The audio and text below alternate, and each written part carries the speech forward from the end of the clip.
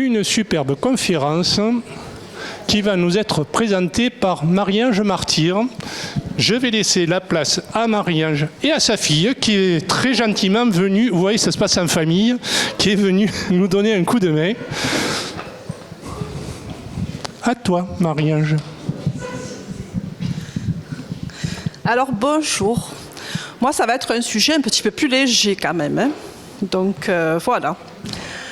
Alors tantôt appelé chalet, plus fort. Tantôt appelé chalet de nécessité, tantôt latrine, tantôt urinoir. Enfin, je vais vous parler pour cette d'épissotière, hein, simplement. Alors, comme on peut le voir dans ce tableau par l'INSEE, entre 1851 et 1931, la population de Sète double pratiquement. Donc il va falloir penser à installer un peu plus d'infrastructures. Et les urinoirs en faisaient partie. Alors voilà ce qu'étaient les urinoirs. Enfin, c'est pas tout à fait à Sète, hein, mais c'est ce genre d'urinoir qu'on trouvait dans les rues, un peu dans toutes les villes de France et d'ailleurs. Donc, lors d'un conseil municipal en 1858, on parle de la construction de 10 nouveaux urinoirs à Rigoles, hein, pour remplacer les urinoirs à cuvette. Alors, ils sont construits en pierre avec une inclinaison facilitant l'écoulement vers les égouts. 5 d'entre eux vont être divisés en 3 parties. Et il y aura des tôles qui seront fixées au mur qui vont les partager un petit peu. Les 5 autres vont comporter un orifice fabriqué avec des tubes en fonte de fer ou de plomb afin d'éviter les remontées d'odeur. Mais vous le verrez plus tard, ce ne sera pas du tout efficace. Ouais, vas-y. Alors, les urinoirs installés à Sète, on ne connaît exactement pas du tout le vrai nombre, ni la localisation, sauf ce qui pose problème et qui sont mentionnés lors des différents conseils municipaux.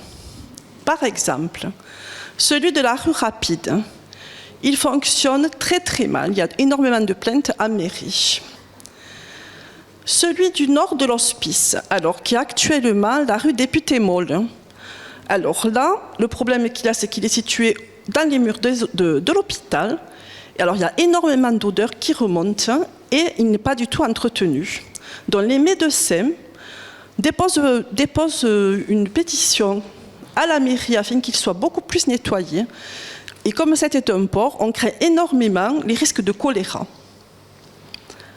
Celui de la Marine et celui du Sourasbas seront carrément détruits, dus à leur vétusté totale.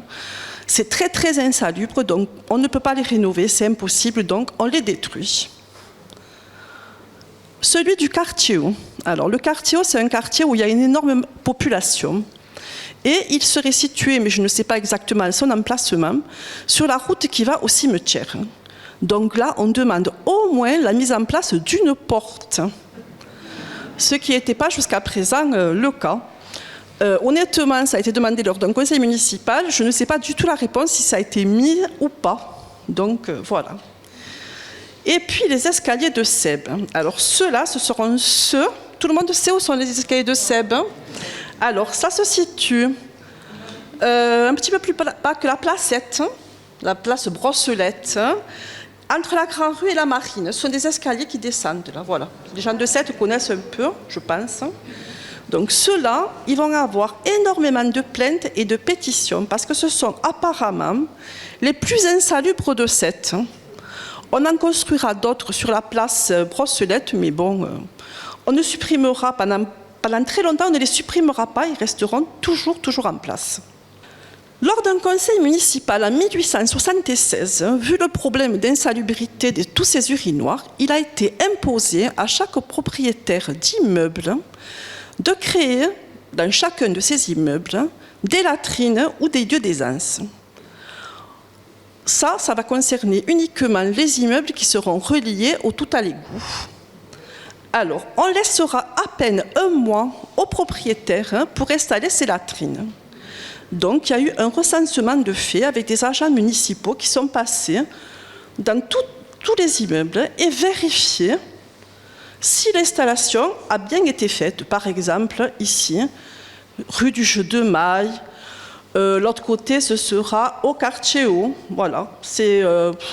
Et bon, ceux qui n'auront pas fait ces installations, eh bien, ils vont avoir une amende assez importante. Seulement 1 mois pour faire ces travaux. Donc ça a été, je trouve, un peu court. Voilà. Tout le monde se souvient, enfin, les gens ont souvent vu ce genre de photos. Avant, c'était comme ça. Il y avait des tonneaux de vidange.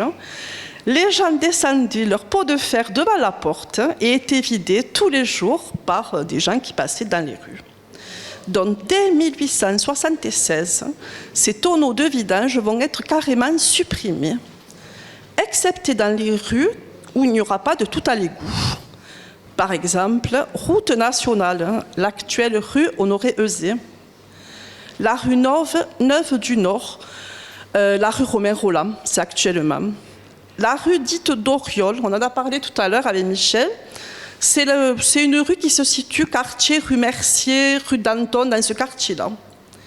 Mais il y a aussi des rues qui sont privées et qui appartiennent par exemple à M. Serveille, à M. Doumet, à M. Euzet, etc. Donc pour l'instant, les tonneaux de vidange continueront à passer dans ces rues-là jusqu'à ce que le tout à l'égout soit installé. En 1886, on va décider d'installer des kiosques à urinoir. Alors, les premiers installés à Sète, ce sont ceux qui se situent sur le perron de la place de la Poissonnerie. Alors, si vous ne vous repérez pas, ce sont les escaliers qui sont actuellement au niveau de l'office de tourisme de Sète. Voilà. Et les carrés qu'on voit en bas, ce sont les étals de poissons où les poissonnières vendaient souvent le poisson de leur mari. Voilà où sont installés les kiosques à urinoir, les premiers sur Sète. Voilà leur forme. Alors, ils sont de forme polygonale, avec des écrans en tôle, visant à masquer le regard pour un peu plus d'intimité si l'on veut. Et pour la première fois, la nouveauté, les éclairages au gaz la nuit. Alors on va voir que le projet est accepté par monsieur le maire, par le préfet. Voilà. On décide ensuite, à partir de 1882, d'installer des urinoirs sur le quai de Bosc. Et vous allez voir qu'il faudra plusieurs années avant que les travaux commencent. Gros problème avec les ponts et chaussées pour savoir où les situer, si on les installe plus près des maisons de garde ou pas. Donc il y a une enquête publique qui a été installée sur différents panneaux de la ville pour une enquête visant le commodo vers le commodo, c'est-à-dire les avantages et les inconvénients. Ça, c'est en 1882. Voilà le modèle qui a été choisi. Ce sera le même modèle que les colonnes lumineuses de la ville de Paris. Vous voyez le tampon du préfet, de l'architecte de la ville de Sète, M. Rosiès, qui est très connu à Sète pour avoir fait énormément de monuments, et du maire de l'époque. Alors voilà au départ leur place où il a été... Ça c'est le premier plan existant. Donc vous voyez à gauche du pont national et au bas de la rue de l'Hospice, actuellement la rue Gabriel-Péry. Et le pont national, c'est le pont de la Civette. Voilà. Ça, c'était au départ le premier plan qui devait être fait. Mais après énormément de discussions, on a changé la position des kiosques à urinoir. Donc il va être mis à droite et celui de la rue de l'Hospice il va être supprimé et on va carrément le mettre au bas de la rue Montmorency. Voilà, là on peut le voir sur des cartes postales. Tout à fait. Alors ici, c'est sûrement le plus ancien parce qu'on voit sur la carte postale à côté où on a enlevé certaines tôles. Donc voilà, ici. Voilà. Là on vous les a un peu agrandis pour les voir de plus près. Et ce que je n'ai pas encore mentionné, c'est que très très souvent, les kiosques à urinoir servaient à panneaux publicitaires, de panneaux publicitaires. C'est la grande époque du vin à 7. Alors, comme vous pouvez voir, Saint-Raphaël Quinquina, on peut voir tout un tas de publicités sur le vin, Casalis et Prat, etc. Mais il n'y aura pas que ça, on en verra d'autres. Là, vous voyez, Prat, c'est sûrement Casalis et Prat sur celui-ci. Mais vous voyez, même sur le tramway, on peut voir la publicité de Dubonnet, par exemple. Là, cette photo a été prise lors d'un défilé du 24e régiment décolonial, 24e régiment colonial. Donc, on le voit, la toile est beaucoup moins importante. Et celui-ci, c'est celui qui se situe tout à fait au bas de la rue Montmorency. Alors là, la publicité. Alors la première publicité qui a été faite pour celui-ci, c'était une publicité pour le chocolat. C'était une entreprise de Montpellier, entreprise Mat et Fils, qui voulait absolument concurrencer un peu le chocolat Meunier. Donc il avait décidé d'installer sa publicité pendant 2 ans sur les latrines, enfin, sur les kiosques à urinoir. Là, je pense que c'est une publicité pour la pharmacie de l'Esplanade. Voilà. Les urines, alors pour la première fois lors du conseil municipal, on parle de water closet. Donc on commence un peu à parler anglais. Ils sont situés sous la bourse, sous la montée de la bourse. Alors il a été décidé de supprimer ces 3 urinoirs et de construire 4 water closets dans la coquille qui est juste à côté, dont les gens vont se rappeler parce qu'à 7, tout le monde se souvient plus ou moins qu'à cet endroit-là, dans la coquille, il y a toujours eu des toilettes publiques. Même jusque dans les années 70, 80, je pense. Mais comme je vous l'ai dit, voilà, dans la presse, en 1907, on continue à parler toujours des gros problèmes de l'urinoir des escaliers de Sèbe. Et là, le journaliste compare un peu les deux, entre les toilettes sous la bourse, sous la montée de la bourse, et les toilettes situées aux escaliers de Sèbe. Ça, celui qui sentira le plus mauvais.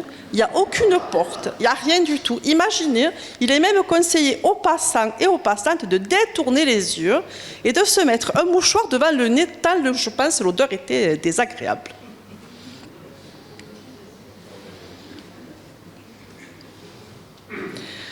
On va continuer à construire des chalets de nécessité un peu partout dans la ville. Alors là, sur le côté, alors ces chalets, par contre, on va se baser sur les chalets construits dans la ville de Lyon. Toute la partie, non, c'est à côté. Voilà, voilà, là, c'est ça. Toute la partie extérieure sera uniquement en bois. Donc là, sur l'avenue de la gare, il y en a à plusieurs endroits. Le plus qu'on connaît, c'est celui-ci. Alors, on se basera sur les toilettes qui sont installées pour l'instant à Lyon. Vous en avez une autre ici, rue de l'Esplanade, sur le côté, tout à fait au bord. Voilà, ici. Non, encore plus loin, là, en haut. Voilà, ici.